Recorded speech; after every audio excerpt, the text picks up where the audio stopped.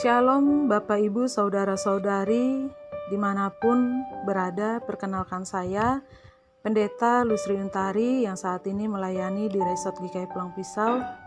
Hari ini saya mengajak kita untuk bersama dalam renungan firman Tuhan yang terdapat dalam kitab Keluaran pasal yang ke-32 ayat yang ke-7 sampai yang ke-14. Namun sebelum itu saya mengajak kita untuk bersatu di dalam doa. Kita berdoa. Bapa yang penuh kasih, yang selalu menyertai dan memberkati kami bersyukur atas kasih-Mu yang memberi kami kesempatan hidup saat ini. Mampukan kami untuk selalu mendasari hidup dengan dan di atas kebenaran dari firman-Mu. Di dalam nama Yesus kami berdoa. Amin. Bagian dari firman Tuhan saat ini saya bacakan bagi kita di ayat yang ke-13 dan yang ke-14 yang demikian bunyinya. Ingatlah kepada Abraham, Ishak dan Israel hamba-hambamu itu, sebab kepada mereka engkau telah bersumpah demi dirimu sendiri dengan berfirman kepada mereka, Aku akan membuat keturunanmu sebanyak bintang di langit dan seluruh negeri yang telah kujanjikan ini akan kuberikan kepada keturunanmu supaya dimilikinya untuk selama-lamanya. Dan menyesallah Tuhan karena malapetaka yang dirancangkannya atas umatnya. Amin. Bapak Ibu, saya mengambil tema bagi kita pada saat ini adalah menggerakkan hati Tuhan.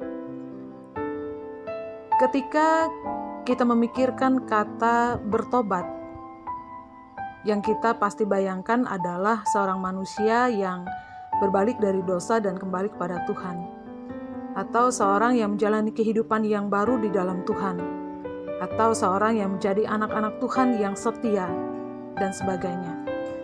Namun hari ini kita akan melihat bagaimana seorang manusia, yaitu Musa, yang doanya begitu kuat sehingga ia membuat Tuhan menyesal atas malapetaka yang dirancangkannya atas umatnya.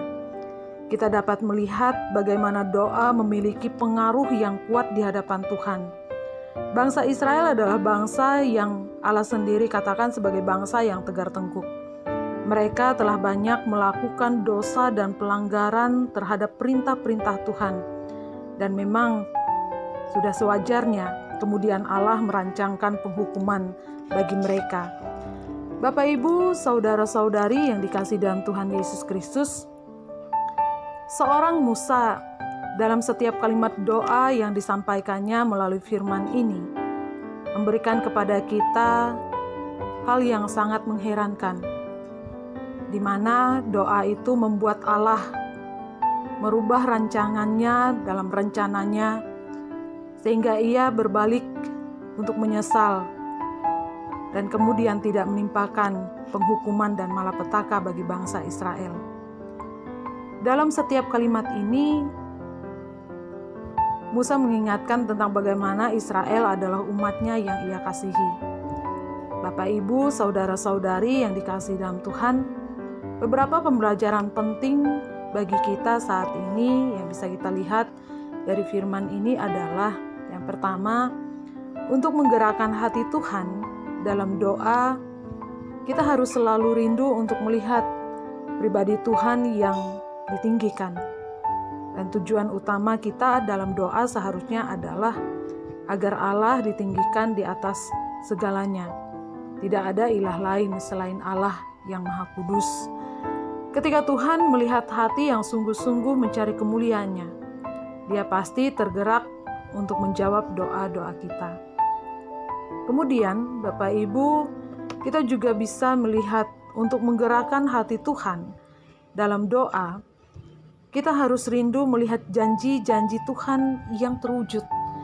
Ini bisa kita lihat di ayat yang ke-13 dari nas kita.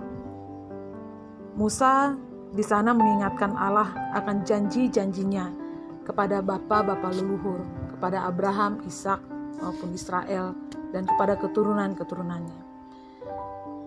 Bapak Ibu saudara-saudari yang dikasihi di dalam Tuhan, janji-janji Allah akan digenapi, sehingga kita dapat dan harus berdoa sesuai dengan janji-janji tersebut.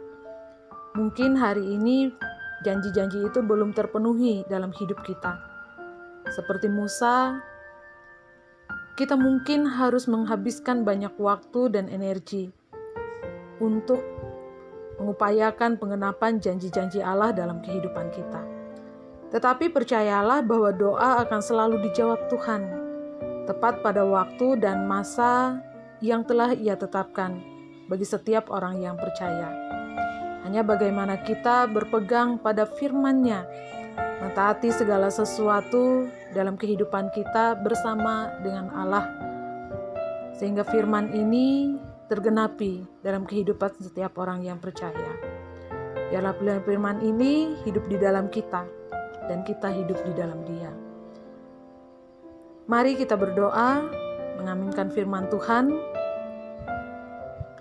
Bapa yang penuh kasih, terima kasih atas firman-Mu bagi kami saat ini. Tolong kami untuk selalu setia melakukan firman-Mu dalam keseharian kami. Pimpin kami untuk selalu berjalan pada kebenaran sepanjang hari ini, dalam pertolongan dan kasih-Mu. Di dalam nama Yesus kami berdoa. Amin.